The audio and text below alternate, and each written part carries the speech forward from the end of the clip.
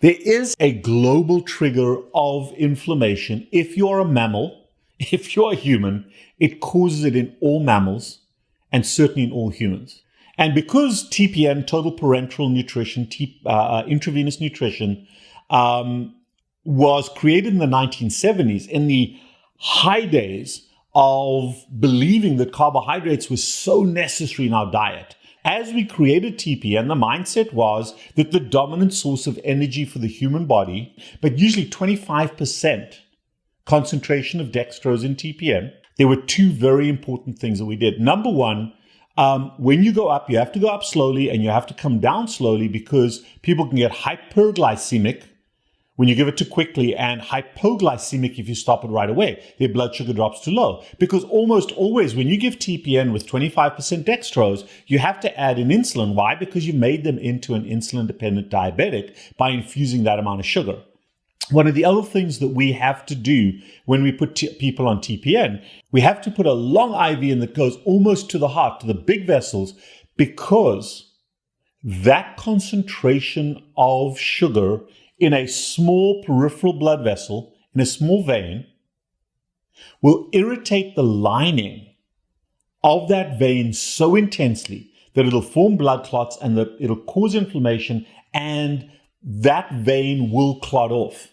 And even a 10% dextrose infusion can clot that vein. At a microscopic level, what's happening is the sugar, the cells that line the blood vessels are called endothelial cells, and they should be nice and flat and inert. They should have a very nice smooth lining on top of them, completely inert. And blood should just flow by nice and happily. La-di-da-di-da. But what happens is when you put sugar in, the sugar very quickly gets into those endothelial cells and it activates them. They round up and they bulge into the lumen, so they narrow the lumen. They also start exposing little parts of the underlying basement membrane, the underlying structure of the vessel wall, not protected by these nice smooth cells. And those places are procoagulant. They form little blood clots. The clotting factor comes in, clots form, platelets get in there, platelets get activated. That's my PhD. And then it attracts lymphocytes and you form this blood clot that clots the blood vessels. We've learned to run that TPN into the big blood vessels where the vessels are very wide. There's huge amounts of flow. So there's all this dilution. And the concentration isn't quite enough to cause that kind of damage, at least obviously, because we know that that damage does occur, but not as obviously as in the peripheral veins. I'm just using that as a very simplistic example of vascular inflammation caused by the direct infusion of sugar into those blood vessels. Now, here's an interesting thing, folks. If you measure the concentration of that blood, it's only up a few points. Normal being about 85 milligrams per deciliter is a normal blood sugar, 85 or lower. Where do we every day recreate a milder form of the TPN function? Well, we put in our face quantity and percentage and concentration and frequency, all that sugar and starch that we're eating, and it doesn't matter. And this is important. It doesn't matter if it goes in as an apple or ice cream. It doesn't matter if it goes in as brown rice or white rice. It doesn't matter if it's a baked potato or French fries. It doesn't matter how that sugar gets into our bodies. But the sugar gets taken up our intestine and dumped directly into the portal venous system, goes to the liver. And the first place it causes damage, this is my PhD, is in the liver cells, the sinusoids, the lining cells of the liver. And you get inflammation of the liver. You get inflammation of the vasculature of the liver. Some of that sugar, most of that sugar gets absorbed by the liver and gets turned to fat or stored as glycogen. But a lot of it spills over into the systemic blood supply. It goes from the liver through the superior vena cava directly to the heart. From the heart to the lungs, back to the heart. And then the greatest exposure of the blood vascular system to sugar that you eat are the arteries. Now, remember that the first exposure happens in the portal vein, in the sinusoids of the liver that are turning over very quickly, that can actually handle sugar pretty well. then into the superior vena cava, which is a very big, wide blood vessel. So while the portal venous system and the superior vena cava are veins, they don't get as badly affected because they're huge and there's a huge volume of flow. The first vessels to see the highest concentration of sugar beyond the lungs are the coronary arteries. And that's why sugar is at its highest concentration in the narrowest of those tiny little blood vessels in your heart. Those coronary arteries are the blood vessels that provide blood supply to your heart.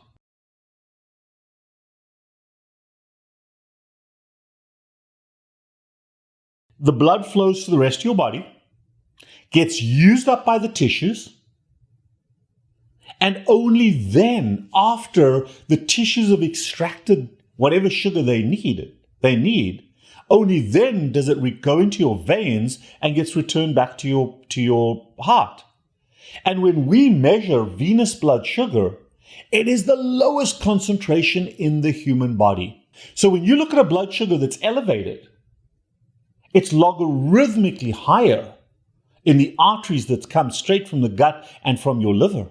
So think about the enormity of the elevated blood sugar in those arteries in your heart. And then you're surprised that you get a heart attack from sugar? The organs that see the highest concentration of blood sugar in the human body are the liver, the heart, and then the brain. Most of us, our brains and our heart and our liver are the three important organs that get the greatest blood supply and therefore the greatest concentration of sugar. Now do you understand where your heart attack and your stroke comes from? And your fatty liver comes from? Because what's happening, just like that example of TPN that I gave in your arms, exactly the same thing is happening with your dietary sugar. You can't run that off. You can't exercise that sugar away. That damage happens as that sugar hits your blood vessels before it's even gotten to your muscles. Nobody smokes 3 cigarettes and goes for a run to breathe out the nicotine, but all these Yahoo people, I can burn off my ice cream in the gym. You may be able to burn off the calories, but this is not a calorie problem. This is a sugar inflammatory problem. And it's going to kill you, folks. And when you get that CAC score, that coronary artery calcium score, what you're measuring there is inflammation of those blood vessels. When you could get a carotid ultrasound, you're measuring inflammation in those high sugar vessels. Either as a sugar or a starch, it starts out in our mouth. And we chew on that sugar. And that sugar in high concentrations affects, first and foremost, our oral cavity and our nasal cavity from two perspectives. Number one, the high concentrations of sugar damage our gums, which are mucous membranes, damage the lining cells of our mouth and of our nasal cavity. Then that sugar goes down the esophagus into the stomach, and in the stomach it encounters acid. So already in the mouth, the saliva is starting to break that down. So there's certain enzymes that are in the mouth that are breaking some of that sugar down, the complex sugar, into its individual glucose, fructose, galactose molecules. But when it hits the stomach, sugar has certain inflammatory effects in the stomach. Number one, there's an overproduction of gastric acid, particularly when you are insulin resistant. You overproduce acid, so you're producing huge amounts of acid. Secondly, sugar relaxes the tightness of the lower esophageal sphincter, this little sphincter, this little regulatory muscle that controls food and fluid entry from the esophagus into the stomach and acts as a one-way valve and should prevent it from going back up. That valve should open to allow things to go down and then contract and stay contracted to prevent things from just seeping back up. So sugar relaxes that muscle. So now you get relaxation of that lower esophageal sphincter. And now, if you've overeaten with the stomach, as your stomach churns, when your stomach squeezes to expel the food out of the stomach downstream, it squeezes both ways. And some of that food goes back up. You get gastroesophageal reflux. And both the acid and the sugar goes back up into the esophagus and sits there and can change the lining of the cells in that lower esophageal sphincter. Because remember, the esophagus is alkaline, the stomach is acid. So what happens is if you've got a lot of acid going back up into those cells, acid burns those squamous mucosal cells of the esophagus, which is supposed to be alkaline. And the way the body protects it, it says, no. Let's change these squamous cells to columnar cells, to the same cells that are in the stomach They're protected against acid. We get a transformation of the mucous membrane to columnar epithelium. While that is resistant to acid, it is a very unstable form of cell. And then acted on by the sugar and the acid, those cells can transform and become precancerous or cancerous, and we call that Barrett's esophagitis. And we see patients with cancer in that lower esophagus from reflux and from sugar and from acid. Acid suppression helps a little bit, but you don't need that if you don't eat the sugar, because the sphincter returns back to normal. So it is very, very common for people that eat a high sugar diet to have gastroesophageal reflux disease and eventually get Barrett's esophagitis. And then you use a very toxic pill to get rid of the reflux acid production, your Prilosec, your PPIs, your H2 blockers, which are now banned in this country for the most part.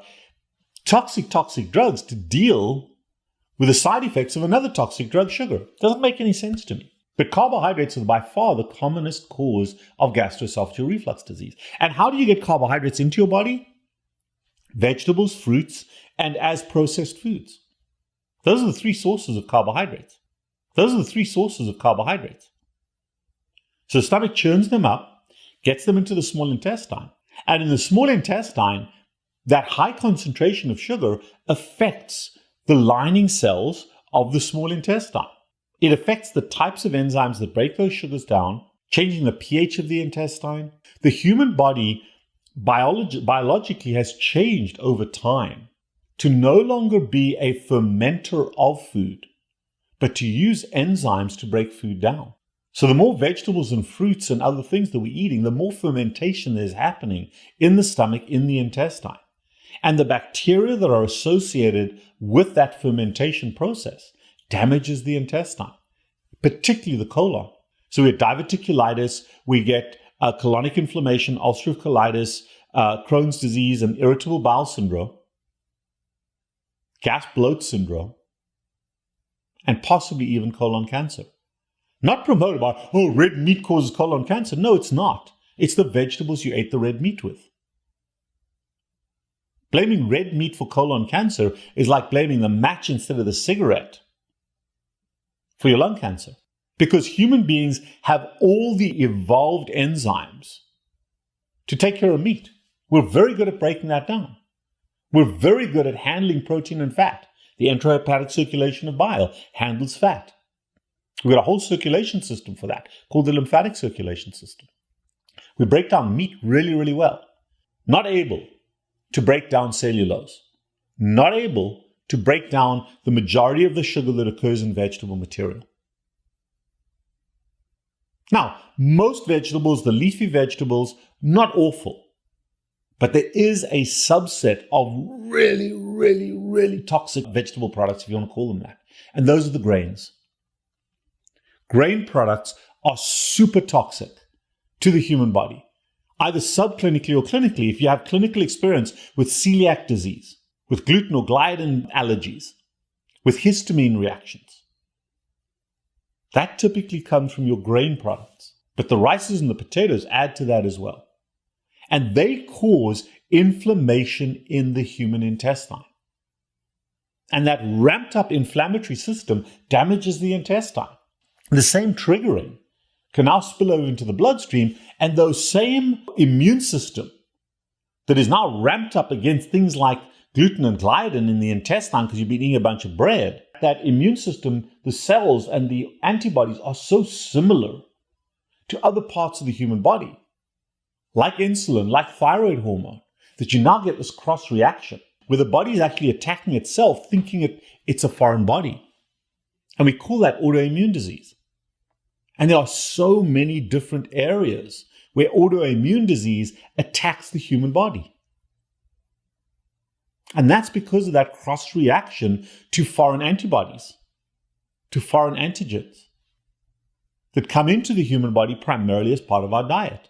Eating a high carbohydrate diet, including primarily the grains, the vegetables, and the fruits, very, very toxic to the entire intestine and affects the intestine in a multitude of different ways. So if you've got any of those GI upsets and slowly over the course of months convert yourself to being an enzyme nutritional producer rather than a fermentation nutrition producer, you'll find that a lot of those inflammatory conditions will subside. Now, folks, I'm kind of fortunate. I don't have those as a clinical problem. If I eat bread, if I eat grain products, if I eat vegetables, if I eat fruit, I don't have gastric inflammation. Does that upset me? Does it give me some gas bloat? Absolutely.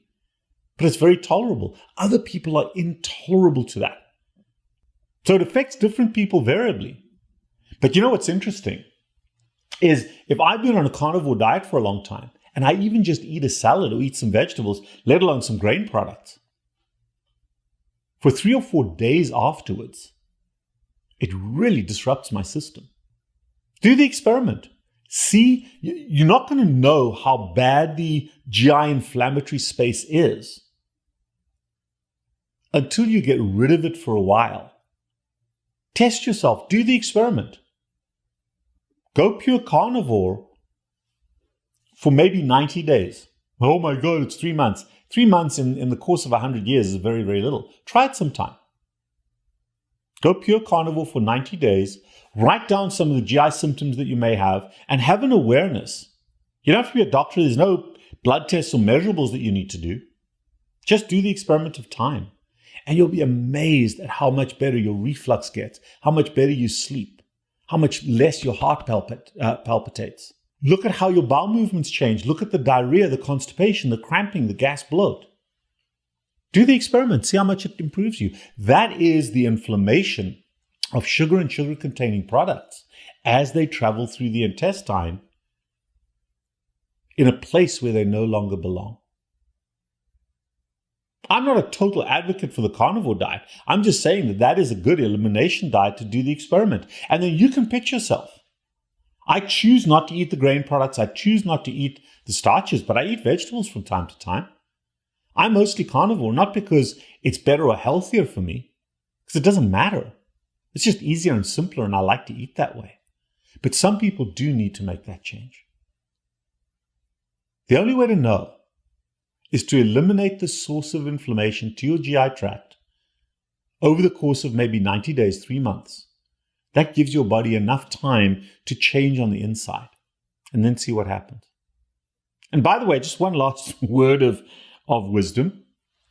All of you taking probiotics, all of you taking those probiotics or prebiotics to replenish the gut flora of your intestine, those are vegetable probiotics. Those are fermentation-based probiotics. So if you're leaning more toward a healthier carnivore diet, if you're staying away from all those vegetable products, and you're trying to populate your gut with the microbiome of a more carnivorous way of life, why the hell are you taking a probiotic that keeps replenishing the sugary side, at least the sugar and the vegetable side? It doesn't make logical sense.